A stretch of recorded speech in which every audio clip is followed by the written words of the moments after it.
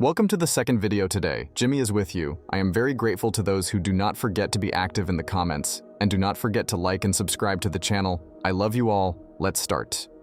First story in the second part from the user. Powerful force, let's listen. Hi, this is my first time posting, so hopefully it is done correctly. It's my daughter's birthday next month, and arranging a soft play party for her. This is only going to be a small party with our closest family and friends. Total 8 children and roughly 11 adults. My daughter's father, we will call him Nico, and I broke up before I found out I was pregnant. We were still quite young and had different things we wanted to achieve, and therefore decided to go our separate ways. There were no hard feelings, and we parted on very good terms. 2 months after we separated, I found out I was pregnant, and let him know he was surprisingly happy about the pregnancy, and has since been a wonderful dad and a great friend. We both decided to co-parent, and that we would work to make sure we had a healthy friendship, to ensure our daughter had both parents and a healthy and positive environment to grow up in. This has worked very well for us so far. Around 2 years ago, Nico had a one-night stand with a woman, we will call her Emma, and she fell pregnant also. He did say to her that he didn't want any more children, but he would support her with whatever she chose. She chose to keep the baby, and he has supported her with child support and spends time with the baby regularly. Unfortunately, they have had a few issues working out a co-parenting dynamic, as she was not happy that he did not want a romantic relationship with her, which she said had ruined the chance for her to have the family unit she always dreamed of. As a result, she refuses to let him take the baby anywhere without her being present, e.g. if he wants her to see family, which is only around a 15-minute drive from her house, she has to be there ECT. This has made for some very awkward and uncomfortable encounters for me, as I am usually invited to such events due to my close relationship with all of Nico's family. I would not mind her being there under normal circumstance. However, she constantly makes snarky comments towards me and tries to play mum to my daughter right in front of me. Obviously, Nico would like to have both of his children at our daughter's birthday party. However, Emma has advised she will also need to come and will be bringing her 3 nieces and 4 nephews, which neither of us have ever met. I don't want to make anything more difficult for Nico. However, I want to be able to give my daughter a great birthday without the tense atmosphere that comes with having Emma around. I also don't feel it's fair for me to have to be uncomfortable in my home due to all of this. I have asked a few of my friends about this, and they are split, some saying, I will be the asshole, and some agree me. Wibtia. Author update this story. Hi everyone, thank you for your judgments and comments. I do have a small update, but I am unsure how updating works, so I'm putting it here. If it's wrong, please let me know. As per my previous comment, Nico wasn't aware of this, as she had messaged me directly late last night, and I wanted to get a different perspective before having a serious sit-down with him, as this was close to my final straw in a long line for problems relating to Emma. Before I get into what's gone on today, I would like to provide a few response to common things mentioned in the comments. With regards to him taking her to court, this is something he has considered and kept documentation of everything happening, for however he wanted to try and make it work outside of having to get lawyers involved. Both me and his family agree he should have done this long ago, however it was his problem and decision to make. Nico did have a vasectomy not long before the ONS with Emma, which obviously failed. I agree extra precaution could have been made, however it is also not down to me. He has not been with her since and does not see her one-on-one due to how she has acted since. So when he sees his daughter, there is always a third party there, whether that is his parents or hers, ECT. Me and Emma do not usually have contact outside of events we are both invited to, and I generally steer clear of her even then. She is actually blocked on all social platforms and does not have my number due to the verbal abuse she's threw at me throughout her pregnancy. I was not involved in her pregnancy in any shape or form. However, she was obviously not included in Nico's family functions until the baby was born. She usually makes new accounts to send me messages like the one yesterday with I just screenshot and ignore. So for the update, I called Nico over to the main house this morning.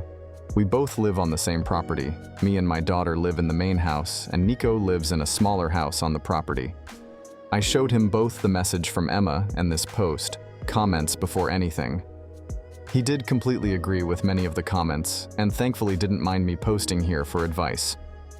We did have a great chat, where I made my boundaries very clear with regards to wanting no further contact with Emma. I also advise I have absolutely no problem with his other daughter, and she is always welcome without Emma. I made it very clear that I would never give him any ultimatums regarding our daughter. But he can't keep letting Emma walk all over him. It is not fair on anyone in the situation, least of all the child. He did also call his uncle for recommendations on a family law attorney, as his uncle owns a firm.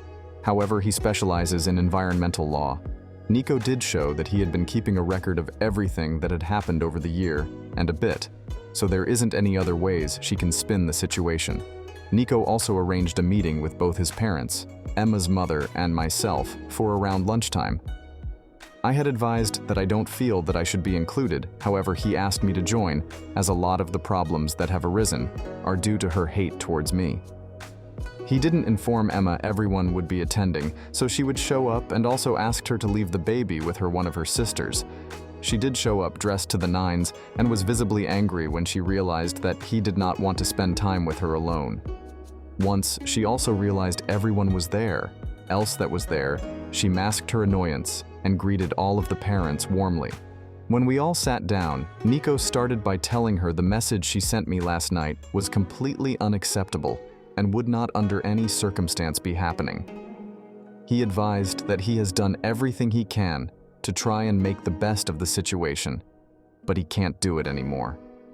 He made her aware of his intentions to speak with a lawyer to have an official agreement for everything relating to the child in place.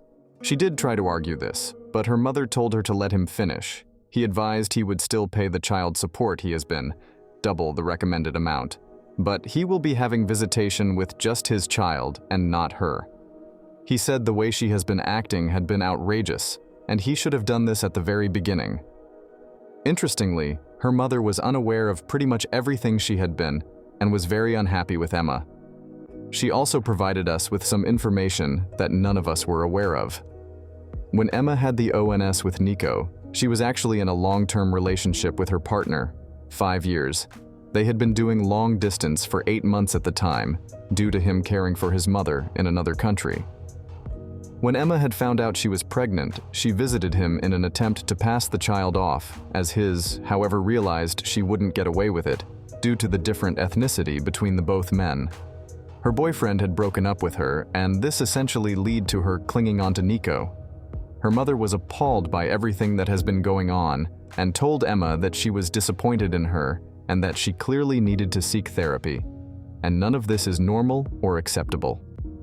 This is getting quite long, so I will try and cut it down a bit. The outcome of the meeting was that moving forward, Emma will not be present at any gatherings, visits Nico has with his daughter. Her mother will do pickups, drop-offs to ensure that she stays away. They have set days for each parent, and this will all be put in an agreement that will be signed by them both. If it is not upheld, he will then take her to court.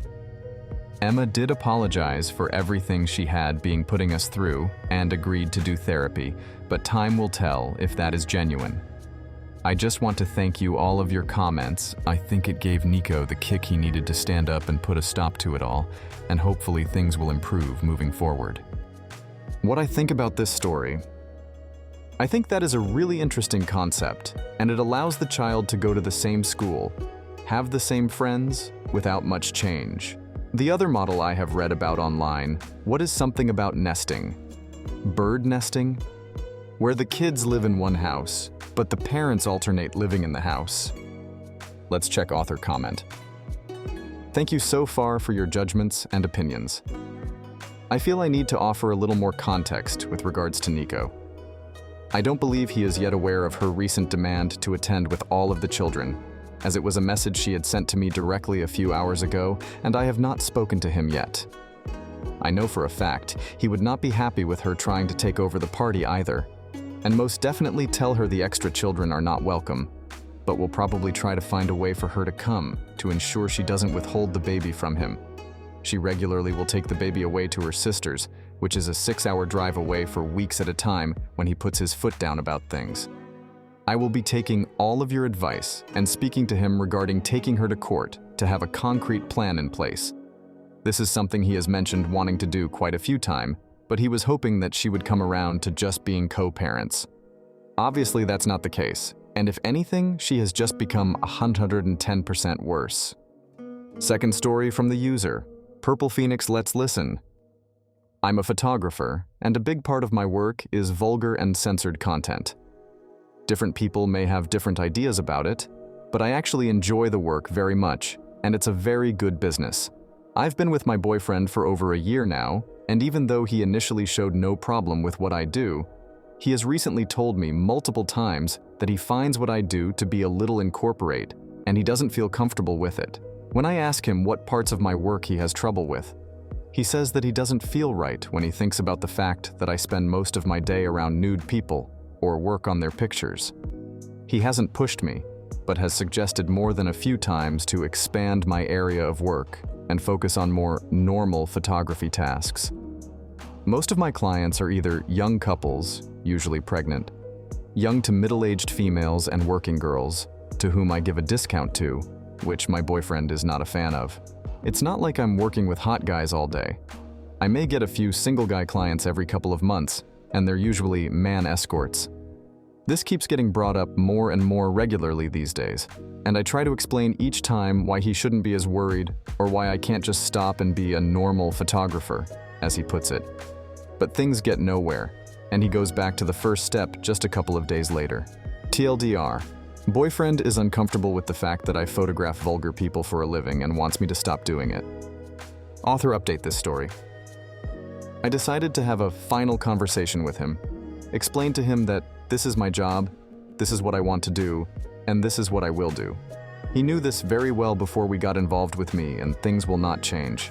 I told him that we won't have this conversation ever again, and if he can't accept this, we both should move on. He told me that he accepts it. Good. A week later, he sarcastically asked me about how my day felt like after spending hours looking at oops and oops, quoting him. I found it very offensive. Not only that he's disrespecting my profession, there's a million things more to vulgar art than oops and oops. He's being very immature. This is something a 14-year-old boy would say, not a 30-year-old man. I let it slide. Later that night, he told me that he has thought hard about the discussion we had last week. I told him that I thought that was done and we weren't going to bring it up again. He said that he was out with some important colleagues and one of them invited him to a party and asked if he's married or what. He said that once he told his colleagues that his girlfriend was a photographer, the colleague showed interest, asked what type. He had to lie and say that I do personal events because he didn't feel proud of what I did. My response was that he should have told him the truth. He said he couldn't. I told him do it next time. The next day when I was back from work, I saw that he has printed a lot of pictures of genitals, not vulgar's art, but genitals, and put them on the wall. I asked what's going on. He told me, "This is your legacy.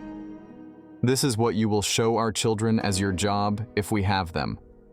Okay, that was the end of my patience. I broke up with him and I'm happy that I did.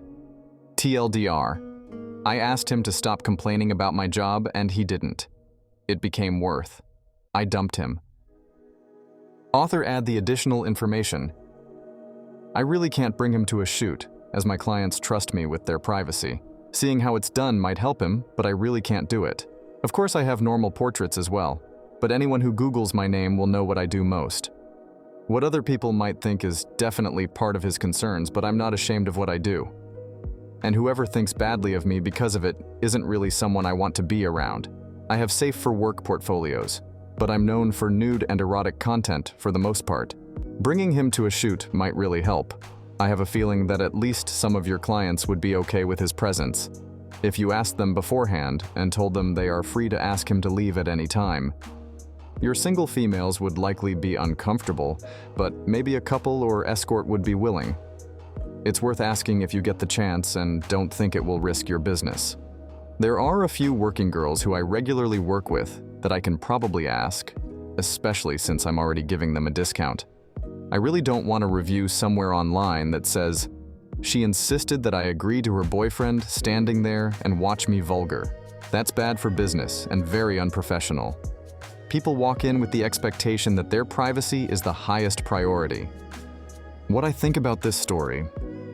As I understand from interviews I've seen, read, photographers and artists who draw vulgar portraits tend to lose any censored of their job because they're focusing on angles and lighting and framing in parts rather than the whole.